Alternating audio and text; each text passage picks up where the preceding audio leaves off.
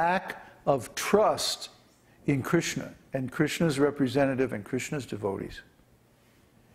See, Krishna is actually perfectly capable of taking care of his devotees quite well. I mean, look at me. What am I doing? I'm simply repeating Krishna's message and maybe enhancing with my own experience and a little bit of, analysis and stuff like that. But I'm really just repeating what my spiritual master taught me and what his spiritual master taught him, and back, all the way to Krishna. It doesn't take a whole lot of originality, really. It just takes a lot of sincerity.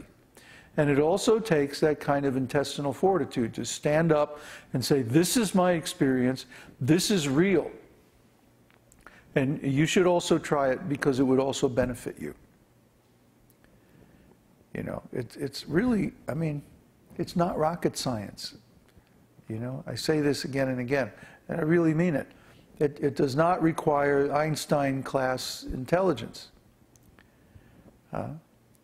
In fact, it's better if you're not too over-intelligent, because then you're going to overanalyze things, and you know where that is, right? It'll just make it harder and harder for you to take the jump, take the leap. At some point, we have to take that leap. And we have to say, okay, I am irrevocably a devotee. And this is who I really am, and this is what I'm going to do with the rest of my life. That's really what it means to be a disciple. That's really what it means to take initiation. Initiation is not the end. It's not a goal.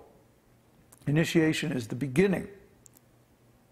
And it's making a promise that this is who I'm going to be, this is what I'm going to do for the rest of my life.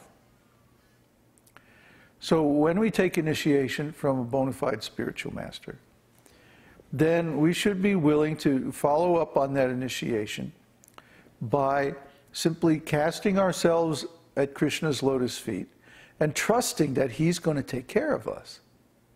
See? That is the method, how we become free from karma. Krishna says, if you simply work for me, then there is no more karmic reaction. But practically speaking, what does that mean? See, it's not just an external thing that, okay, now I'm going to cook for Krishna and, do whatever I have to do around the ashram, or, go out on Sankirtan or whatever my guru instructs me to do. That's very external. What it really means to surrender to Krishna is that we also give up the mental habits that stand between us and him. The same thing is there in any relationship. If you're, let's say, going out with somebody, and you're always wondering in the back of your mind, like, is she actually seeing somebody else? Does she really care about her old high school boyfriend? Or is she really interested in me? Or what's going on here?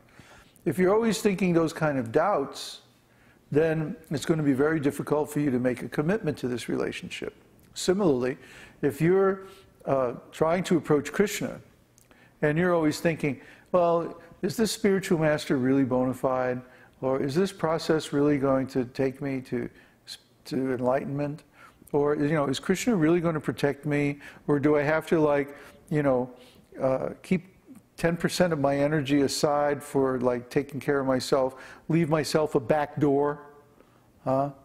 That, a way to rationalize if this process isn't really correct, then I can go back to being the way I was before, when I was miserable in the material world. Well, what this is going to do is, it's going to make you miserable now because, first of all, you're not giving your full energy to Krishna. Your attention is divided, your consciousness is divided, your energy is divided. And one of the things about a person who never puts their full energy into any one thing is that they can never be completely successful either. You ask any successful person, and one of the things they'll tell you, how they became successful, is that they put 110%, 150% into what they wanted to do with their lives. So if we want to be successful in actually attaining Krishna, actually attaining Krishna consciousness, serving Krishna and making him satisfied, that means total dedication, total commitment. And if we cannot make that total commitment, then we're always going to be divided within ourselves. And like Krishna says, Yavasayatmika buddhi, that those who are on this path, their consciousness is one. Their dedication is unshakable. Those who are not on this path, their intelligence is many-branched. Their consciousness is divided among many different ends. They're always playing one side against the other. So how can they make any real advancement? I remember there's a nice story. W.C. Fields, the movie actor, you know, he always played a drunken gambler. And the funny thing is, that's who he really was in real life. You know, he was a very cynical, very hard-nosed guy. Well, one day, toward the end of his life, a friend came to visit him, and he was sitting in bed reading the Bible. And as soon as the friend came in, he put the Bible away, you know, like this. And the friend says, W.C., what are you doing? I thought you didn't believe in that stuff. And he goes, covering my bets. So in material life, we always want to cover our bets. We always want to leave ourselves an out. We always want to have a back door in case this doesn't work out, we can do that. You know? And in material life, that's true because this never does work out. It never gives us 100% satisfaction. So we always have to have something else on the back burner.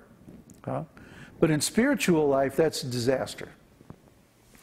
In spiritual life, we have to trust Krishna. It really ultimately works out to trusting Krishna 100%, that he's going to love us, he's going to take care of us, he's going to be good to us, and he's going to bring us back to him. And when we do that, well, that's what Krishna does. Because remember, ye yata mam prapadyante. So if you give 100% of yourself to Krishna, then Krishna takes care 100%. If you only give 50%, then he'll give 50%. See? Krishna is waiting to see us, how we're going to approach him. The initiative is on, the ball is in our court.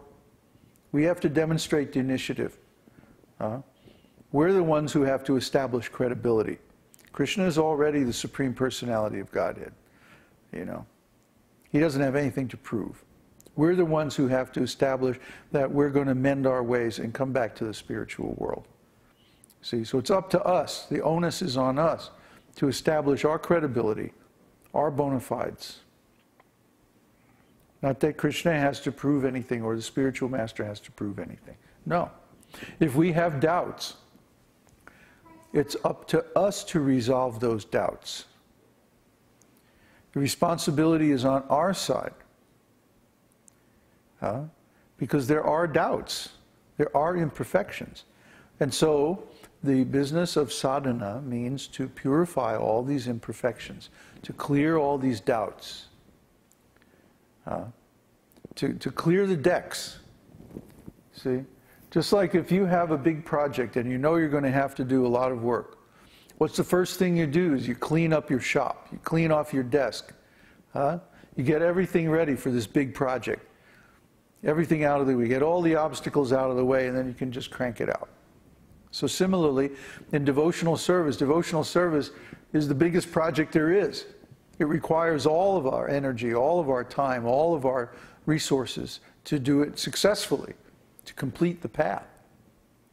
Right?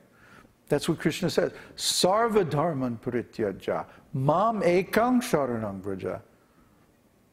You give up all other conceptions of religion and just surrender to me alone.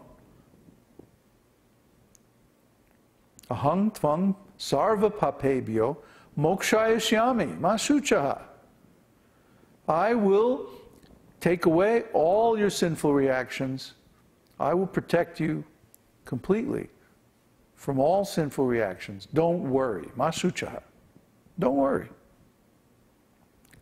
So if we're not going to worry, that means we have to trust Krishna. He's going to do what he says. See? So the deal is, first, sarva dharman parityajya. You give up all other concepts of religion. Mam ekang sharanang vraja. Surrender completely to Krishna alone. Okay, that's the preconditions. Then, aham tvang sarva papebhyo mokshayashyami. I'll liberate you from all sinful reactions. Mashuchaha. Then you reach the point where you don't have to worry about anything. Just pass Krishna's test.